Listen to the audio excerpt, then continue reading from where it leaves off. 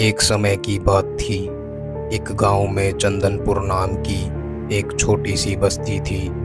यह बस्ती आसपास घने पेड़ों और पानी की नहरों से घिरी हुई थी। लोग कहानियां सुनाया करते थे कि रात के समय बहुत ही अजीब आवाज़ें आया करती थी, पर अधिकतर लोग इसे बस लोक कथाओं का हिस्सा मानते थे। चंदनपुर में एक सपना नाम की सुंदर सुशील लड़की रहती थी। उसका व्यवहार सभी लोगों के प्रति बहुत अच्छा था। सपना की शादी कुछ वर्ष पहले ही हुई थी। वह अपनी सास, ससुर और पति अनुज के साथ रहती थी। सपना बहुत समझदार और समर्पित पत्नी थी। सपना हर साल करवा चौथ का व्रत बड़ी भक्ति और श्रद्धा से करती थी।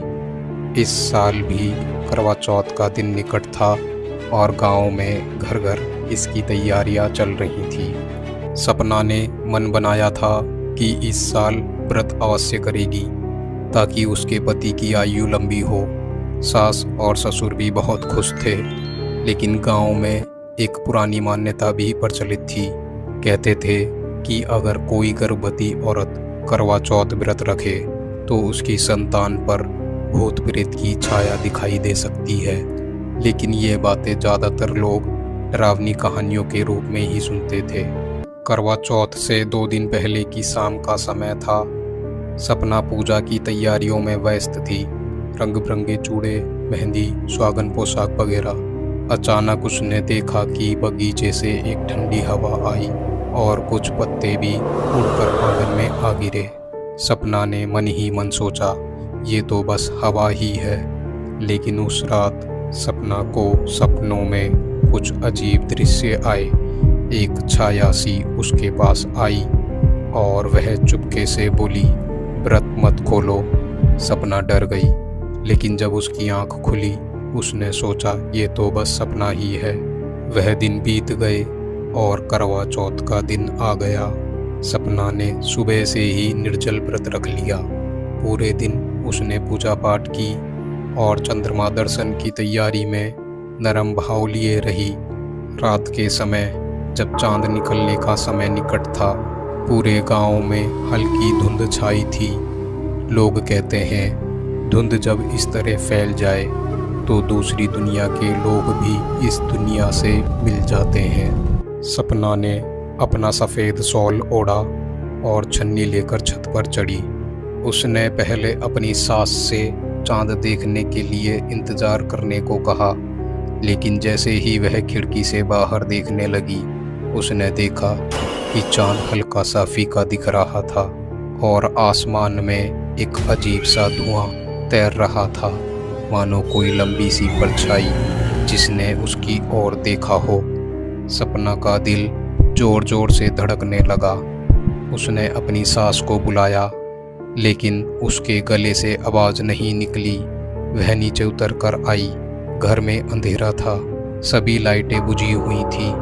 वातावरण में एक अजीब सी गंध थी। तभी एक दरवाजे की खटखटाहट हुई। सपना घबरा गई, पर वह साहस जुटाकर उस ओर गई। दरवाज़ा खुद ब खुद खुला और सामने खड़ी थी एक महिला। सफ़ेद साड़ी में, चेहरे पर हल्की धुंधली सी परछाई थी। वह गुस्से से बोली, तुमने व्रत तोड़ा। सपना ने कांपते हुए कहा, नहीं, मैं अभी चांद का अग्र दूंगी। महिला चुप रही। तभी उसकी आंखें चमक से भर गईं। वह धीरे धीरे आगे बढ़ी। सपना पीछे हटने की कोशिश करने लगी, लेकिन कदम मानो जाम हो गए थे।